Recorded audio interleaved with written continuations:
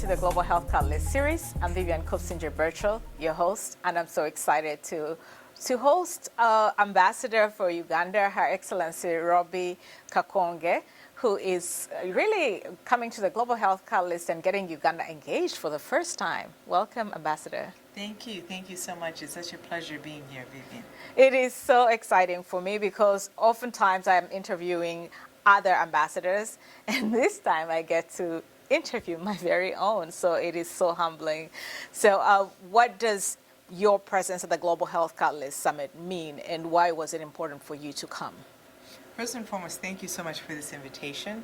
And my presence means that the women of Uganda and Ugandans are represented in this major conversation about cancer.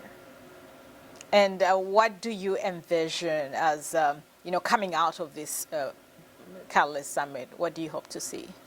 I don't even hope to see. I plan to see action, and I plan to see these partnerships in Uganda, and I plan on making sure that we are focusing on 3 key areas: on education, on training, but also on technology and improving technology. For example, we've all seen what COVID-19 has done in leveraging technology. So we're saying, why not telemedicine? Why not use that and leverage that to have better outreaches and better outcomes? And are there any things that have struck out for you at least the first session of the Global Health Catalyst Summit, because it's a 3-day event? Is there? What struck out for me is actually I was pleasantly surprised in that Uganda actually has the foundation for many of these things. You know, we do have the Uganda Cancer Institute. We do have training. We have all these things.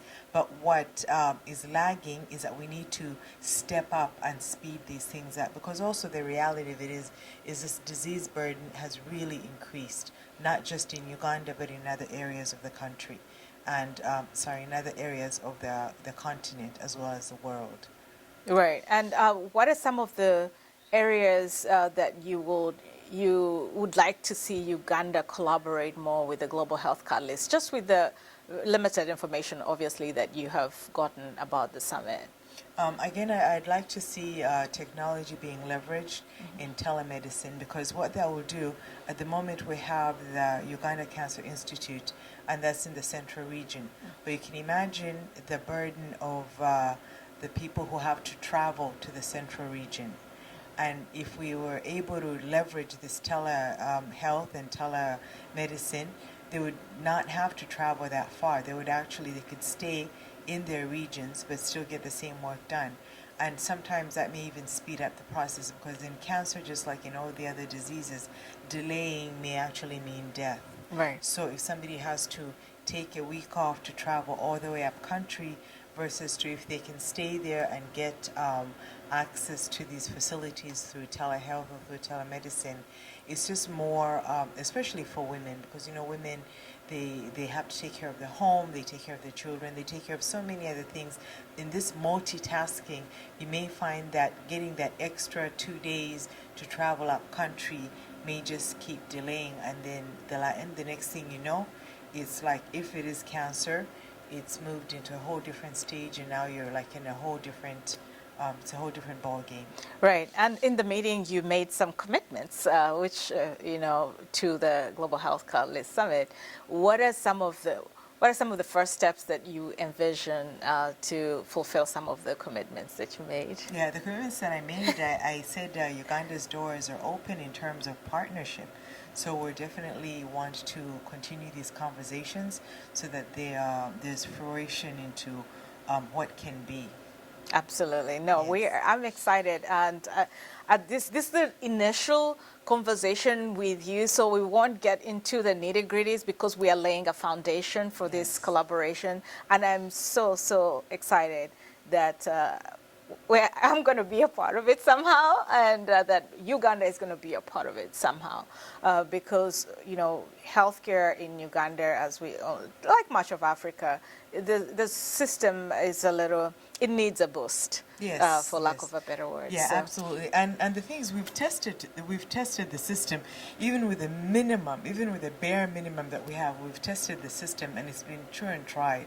Yeah. When you look at where Uganda has come from, you had the war, you had HIV/AIDS, you've had Ebola, you've had COVID, and at all those levels, we've even been positioned in such a way that we've been of help to not just Ugandans, but to other regions, to other countries. But now that we are there, we're seeing, especially even with technology, it's changed the population. We're 45 million, Yeah.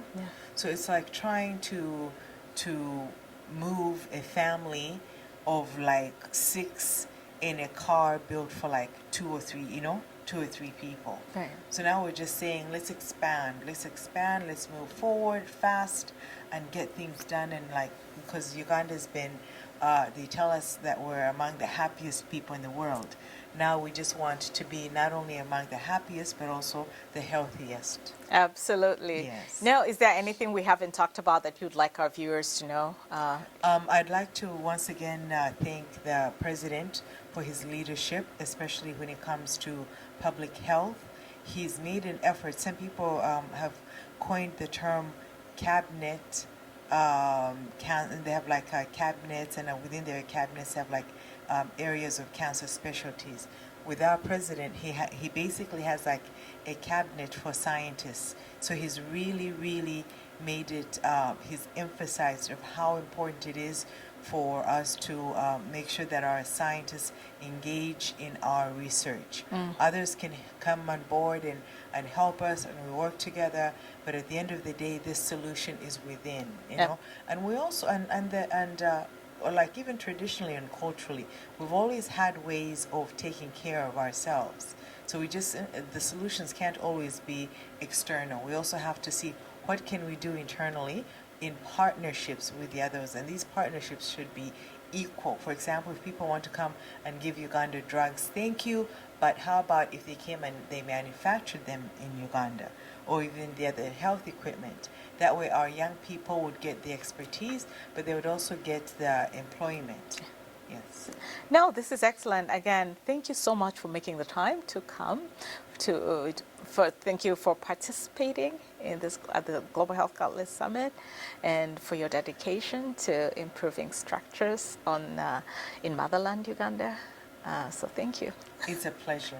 I look forward to GHC 2024. Woohoo! There we Yes. go.